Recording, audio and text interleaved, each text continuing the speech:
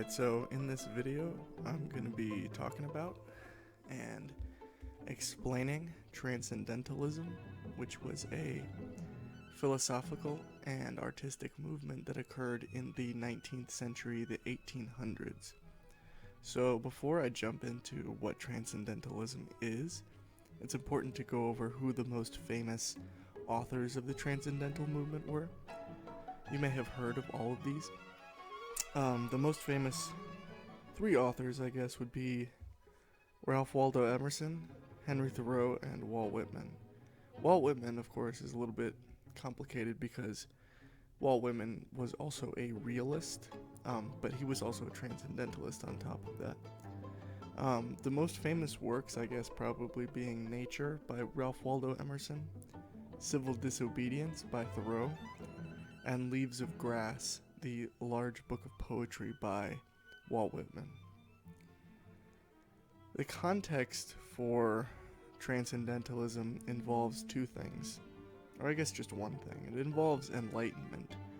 And enlightenment as a movement, the Enlightenment era, valued rational thinking and logic and facts and rationality and all of these sort of more concrete things, which Transcendentalism kind of goes against, because Transcendentalism is not so much focused on the rational or the mathematical or the scientific. It's focused on the human spirit, so to speak, and it's focused on transcendence, right? So it's focused on how individuals can rise above and transcend their existence in some way. The aesthetics that you often see in Transcendentalism are, and you can see this pretty clearly, especially in Leaves of Grass, and you can also see it very clearly in Transcendentalism paintings. The aesthetics are the sublime. The sublime, basically, as the first aesthetic mentioned here, is basically, on the simplest terms, an example of something that's sublime would be a mountain range. It's something that's very, very large. It has very, very sharp lines. It's very, very stark. And it's very awe-inspiring. But at the same time, of course, you can stand on top of a mountain and look at the landscape of mountains and feel this kind of displeasure or this kind of like overwhelming feeling, which is also associated with the sublime. Whereas the beautiful, as a different aesthetic, is the opposite of the sublime. So the beautiful is something that's usually made out of more curvy lines. It's less stark, it has more life, and it's usually much, much, much smaller than something that's sublime. So an example of something that's beautiful would be like a bird. Like if you see a bird that you really think is aesthetically pleasing, that would be an example of something that's beautiful. Or, like a bunny rabbit or something like that. Obviously, nature as an aesthetic also plays a big role in Transcendentalism, especially for the settings. We'll get into this a little bit later, but pretty much all of the Transcendentalists value nature very highly, and they valued living in natural environments also very, very highly. So, as you can imagine, all of their paintings include nature, and all of the stories and poems and essays and everything always talk about the importance of nature as an aesthetic. Of course, there's also the transcendent aesthetic, or the out-of-body, which is very difficult, obviously, to get into, because it generally is expressed through these works implicitly, I guess you might say. So it's not as though in Walt Whitman's Leaves of Grass he just types in, and so I transcended my body and blah blah blah. No. It's more of kind of a feeling that you get from viewing the art or from reading the poem, whereby you kind of feel separate from the physical reality and you feel transcended in some way. The settings, obviously, the natural settings are also sprawling with life, unlike aesthetics of dark romanticism, which usually include barren settings. Transcendentalism settings are really, really populated with animals and plants and things like that.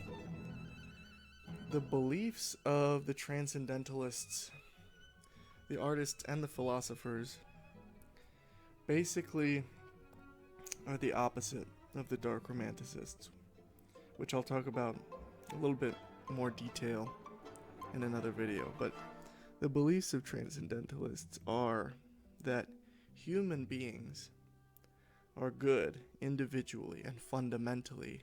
Individual human beings are good. But there's something about getting human beings together in large societies that really corrupts them and makes them not good anymore, makes them do bad or selfish acts. And this is why, of course, in Transcendentalism, the idea, the belief is that as a Transcendentalist, it's your job to go live outside of society for a certain period of time, live in a cabin in the mountains or in the woods or wherever, and just get away from everything. And that by doing that, you can transcend society's negative impact on your morality, and you can get back to your inherently good state in some way. Of course, this also has to do with the immediacy of experience, which society has a great way of mitigating genuine experiences or blocking genuine experiences, especially if you look at a society like our society today. You can see that a lot of people experience a certain percent of their lifetime through the experiences of others rather than experiencing it themselves. They look at things through a screen, they listen to things through speakers or through headphones, and that all of those societal technologies and things all take away from the immediacy and the genuine authenticity of a real experience. Obviously, Transcendentalists also believed that a human being as an individual could transcend, and they also believed that part of the difficulty with being a Transcendentalist as an artist is that you can't quite articulate transcendence through a written or painted work.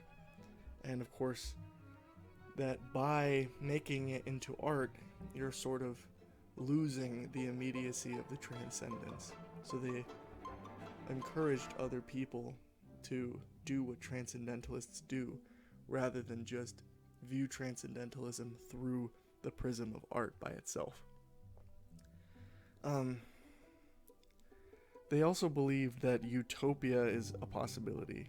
They believed that human beings who were enlightened or who were transcendent in some way, who had gone and lived on their own and found a way of life that brought out the intrinsic goodness of that person, that if those people banded together and created a society, that they could create a utopia, which obviously is the opposite of the dark romanticists, who did not believe that utopia could exist.